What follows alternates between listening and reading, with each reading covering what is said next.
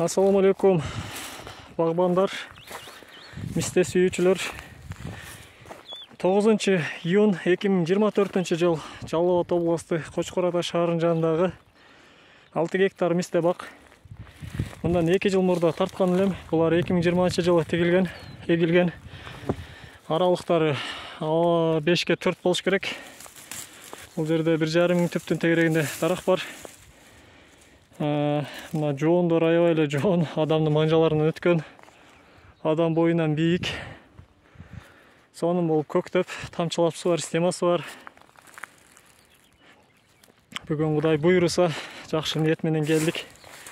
Кыйыштырып берели деп, краскаларыбыз, жиптерибиз, секаторубуз, кайчы кыйыштыруучу бүт жабдыктарыбыз, бүчүлөрүбүз эркек ургачы мистелердин селекциядан чыккан жакшы, мөмөсү жакшы болгон мистелерден бул багбан акелерибизге, ишкер акелерибизге улап беребиз. Жыйынтыгында тартан буйруса, Кудай буйруса, көктөп калса, Кыргызстандагы эң алгачкы уланган заманбап мисте багы болуп калат бул тарыхта буйруса.